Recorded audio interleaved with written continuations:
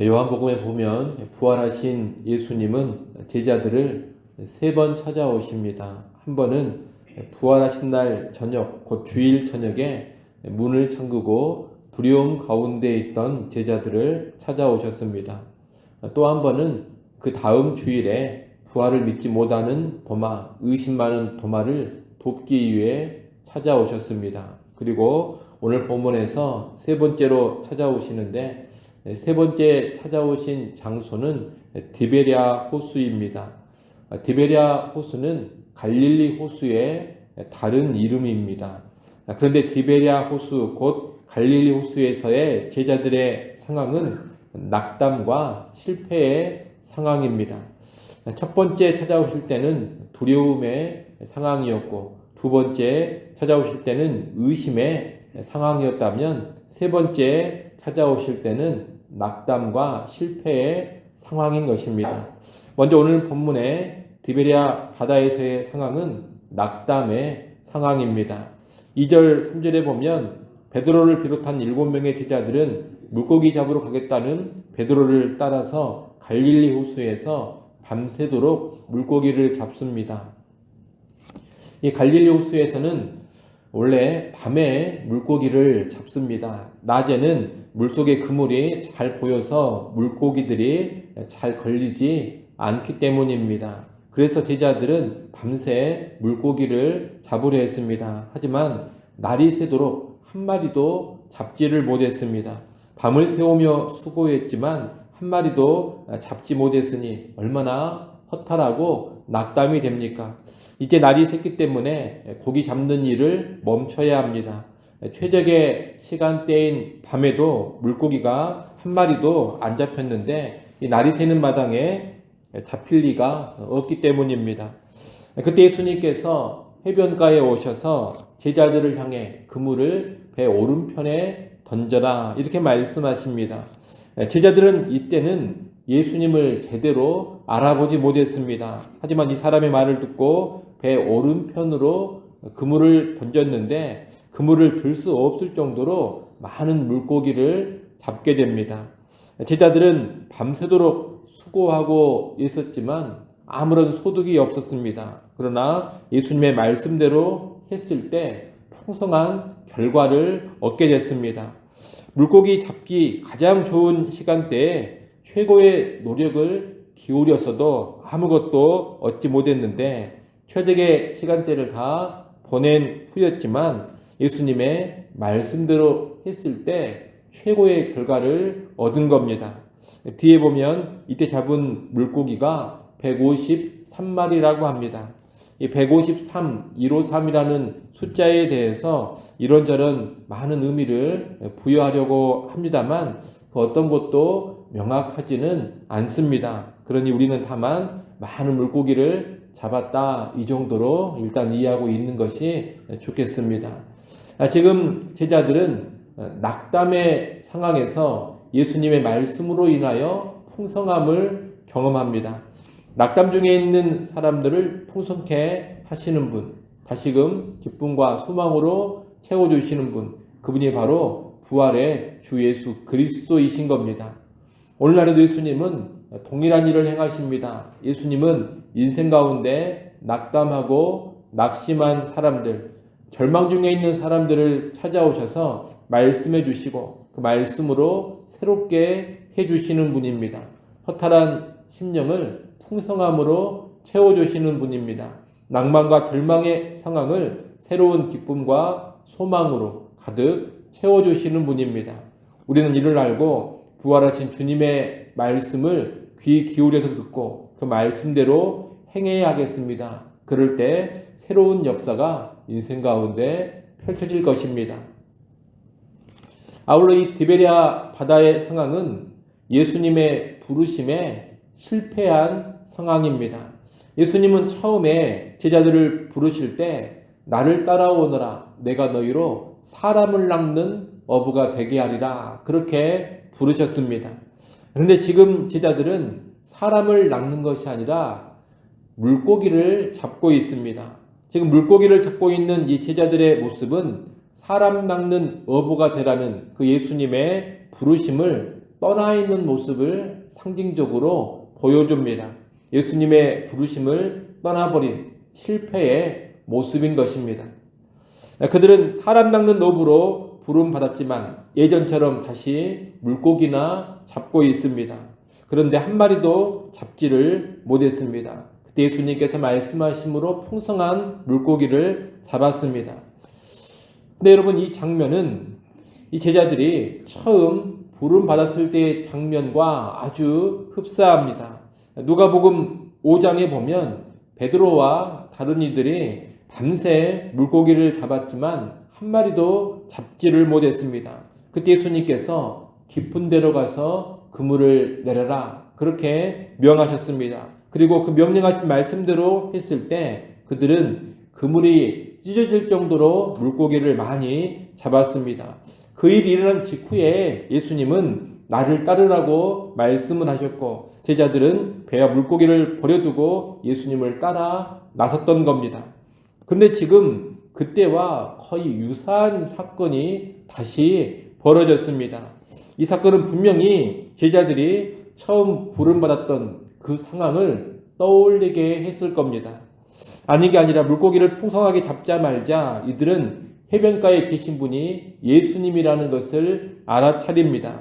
예전 처음 부름 받았을 때를 기억하면서 이런 능력을 행하시는 분은 바로 예수님이시다, 이것을 알아차린 겁니다.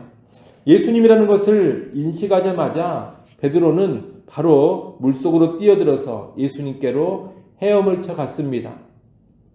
그리고 다른 제자들은 배를 타고 그물을 끌고서 해변가로 갑니다.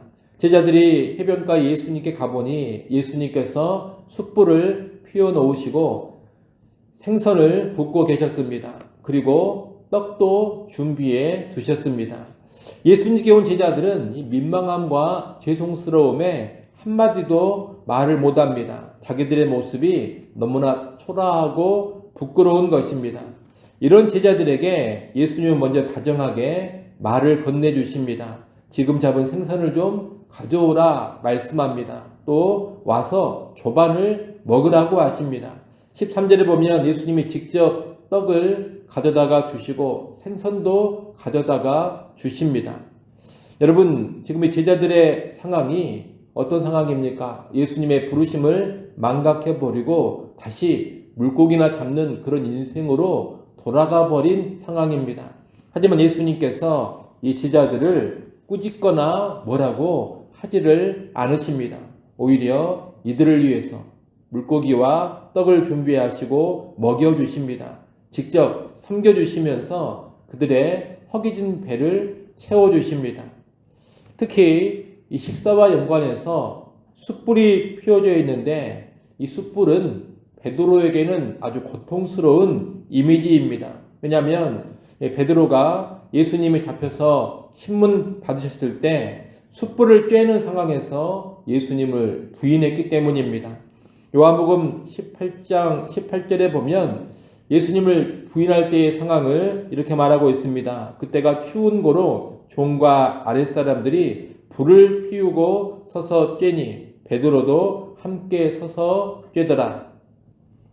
이 요한복음 18장 18절에서 불을 피우고 서서 쬐다 그러는데 그때 불은 원래 숯불이라는 단어입니다. 그런데 우리 개역개정 성경으로 번역을 할 때 숯불로 번역을 하지 않고 그냥 불로 번역을 해 놓았습니다.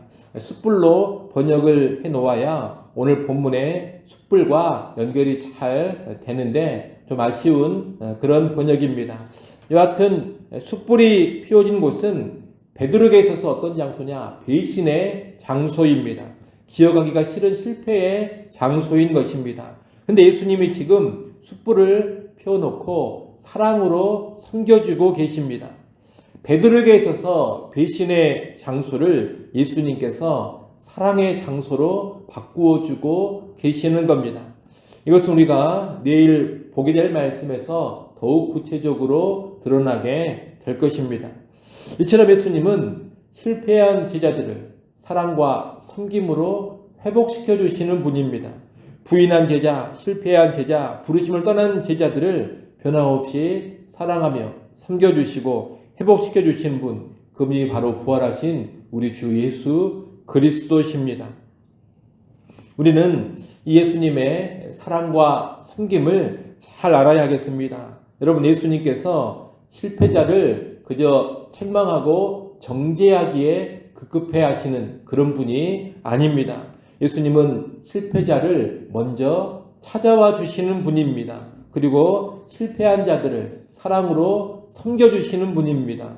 또 일으켜 세우시고 회복시켜 주시는 그런 분이십니다. 우리는 예수님이 어떤 분이신지를 잘 알아야 되겠습니다. 그런 가운데 설령 우리가 실패했다 하더라도 예수님의 사랑과 은혜와 섬김을 잘 기억하고서 그 예수님의 사랑과 은혜와 섬김 가운데서 다시금 일어서고 다시금 회복되는 그런 삶으로 나아가야 하겠습니다. 또 우리 자신도 다른 실패한 사람들을 바라봤을 때 먼저 정죄하고 책망하고 꾸짖는데 급급한 것이 아니라 그들의 회복을 위하여서 사랑으로 섬기고자 하는 그런 모습을 먼저 보여줄 수 있어야 할 것입니다. 오늘 말씀을 정리합니다. 오늘 본문에서 예수님은 낭망하고 실패한 그런 제자들을 찾아오십니다. 오셔서 그들의 낭망의 상황을 말씀으로 충만하게 해주십니다. 그리고 부르심을 떠나 실패해버린 제자들을 사랑으로 섬겨주시고 다시금 부르심을 기억해 하시고 그 부르심을 따르게 합니다. 책망과 질책으로 그렇게 하시는 것이 아니라 사랑과 섬김으로 그렇게 해주십니다. 오늘 우리에게도 부활하신 예수님은 찾아오십니다. 찾아오셔서 말씀으로 우리의 낭망을 충만한 기쁨으로 바꾸어 주실 겁니다. 찾아오셔서 사랑과 섬김으로 우리의 실패를 회복시켜 주실 겁니다. 이를 꼭 기억하시고 부활하신 주님의 말씀으로 여러분의 낭망을 극복하시고 부활하신 주님의 사랑과 섬김으로 여러분의 실패에서 회복되는 그런 삶 살아갈 수 있기를 간절히 바랍니다. 기도합니다. 하나님 아버지, 부활하신 예수 그리스도는 말씀으로 낭망의 상황을 충만케 해주시는 분이요 사랑의 섬김으로 실패한 자들을 회복시켜 주시는 분임을 잘 알게 하여 주옵소서. 오늘 우리가 낭망의 상황 가운데 있다면 부활하신 주님의 말씀을 듣고 따르게 하셔서 그 말씀을 듣고 따름으로 다시금 풍성함으로 나아가게 하여 주옵소서.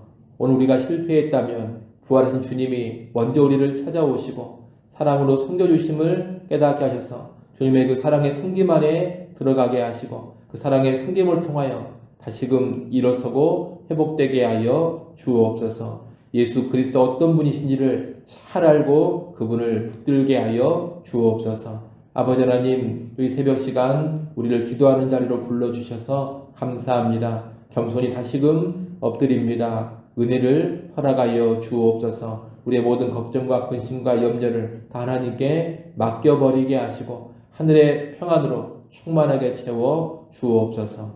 예수님의 이름으로 기도드리옵나이다. 아멘.